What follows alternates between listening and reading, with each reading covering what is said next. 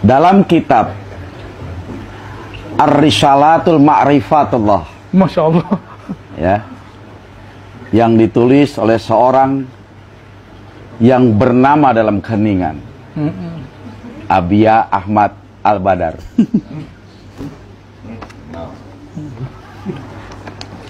Ada dua perkara yang selalu berhubungan dengan perjalanan seorang hamba.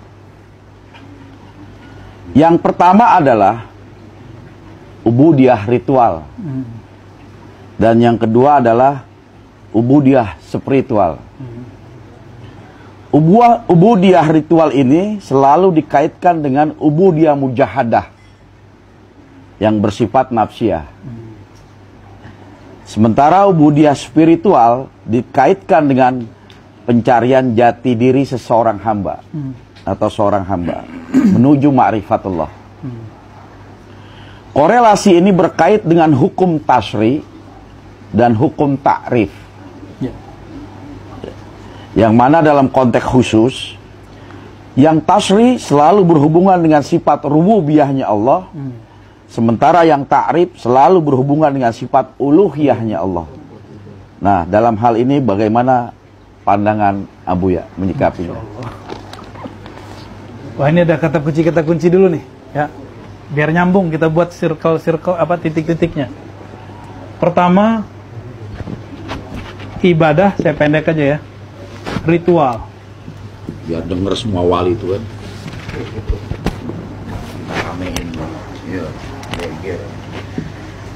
Yang kedua ada ibadah spiritual.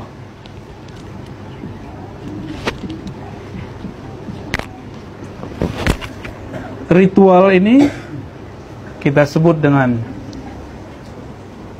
ibadah fisik, ya. Ibadah, ya. Sedangkan ini turunannya namanya ta'rif. Kalau ini taklif.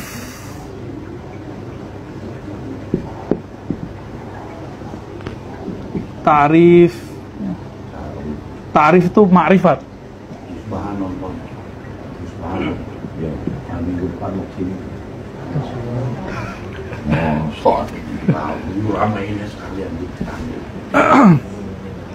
Orang ahli fikih dan orang tarekat, sebagian orang tarekat itu banyak mengambil porsi ini. Makanya kalau kita belajar fikih, kita nanya, Ustadz, ini pahalanya apa? Ini dalilnya apa? Gitu. Ini rahasianya apa? Kalau saya baca sholawat begini, bisa kaya nggak? Nah, ini ritual-ritual. Agak tinggian dikit jadi orang torikot, pengen tenang, itu udah bagus tuh. Pengen jiwanya itu nggak liar, pengen khusyuk, itu udah tinggi tuh untuk ukuran taklif ya. Tapi nama taklif apa arti taklif? Beban. Ini beban. Maka seorang murid ketika datang ke mursyid yang mengajarkan ritual torikot taklif, ritual torikot yang isinya wirid, ijazah, itu murid terasa dibebani. Maka keluarlah kalam Abul Hasan Syazili, Syekhuka man la yatubu ibuka, ya. Gurumu yang hakiki, guru spiritual, itu beda dengan guru ritual. Kalau guru spiritual bikin beban untukmu. Kalau guru spiritual, berapapun beban pasti engkau lakukan. Nggak ada beban rasanya. Jadi kalau gini misalnya nih, kita baru kenal seseorang, terus udah bilang, besok datang ya. Lu siapa? Mau datang gitu. Tapi kita udah senang sama seseorang nih, kita cinta nih sama dia nih. Dia bilang, besok jemput saya ya. Pasti dijemput. Hujan aja dijemput. Kenapa? Karena sudah kenal. Kenal dulu. Kenal itu, kalau saya kenalan sama seseorang, yang pertama ditanya apa? Nama. Nah, guru spiritual itu dimulainya dari nama.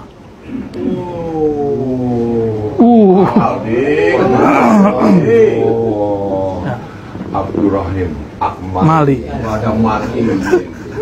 Timuran. Jadi ritual ini ngenaknya kemana? Ke fisik. Fisik dia. Kalau spiritual, ini bisa dua nih.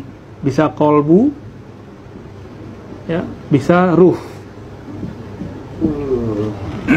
Ada di antara ini. Antara ini ada nih. Akal, ini orang-orang kampus nih. Tapi kalau pakai akal baca hikam capek nggak? Capek. Jadi ma'rifatnya filosof itu melelahkan. Karena filosof ini hal yang ringan, jadi nggak seringan sama dia.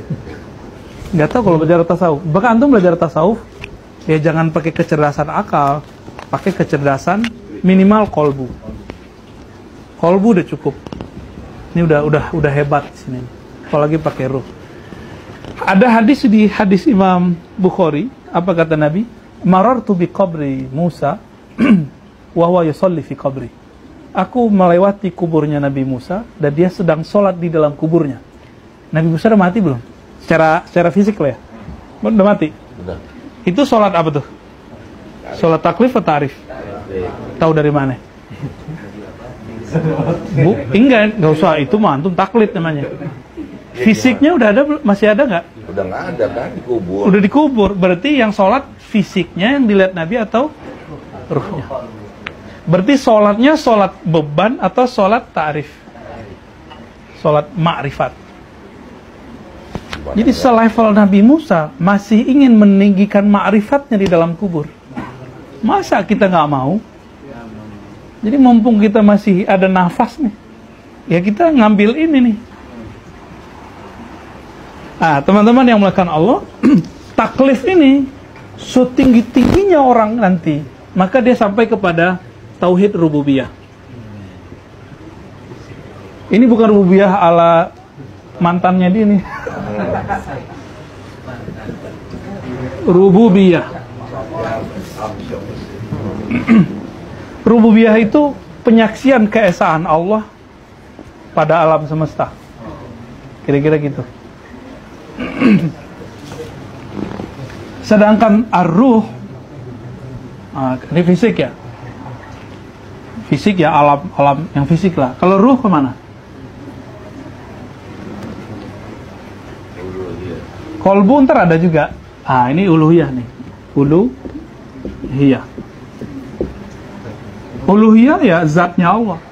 Maka yang disebut Nabi, ihsan itu engkau sholat, engkau ibadah, engkau berbuat. Kalau hadis Abu Hurairah kan anta'mala.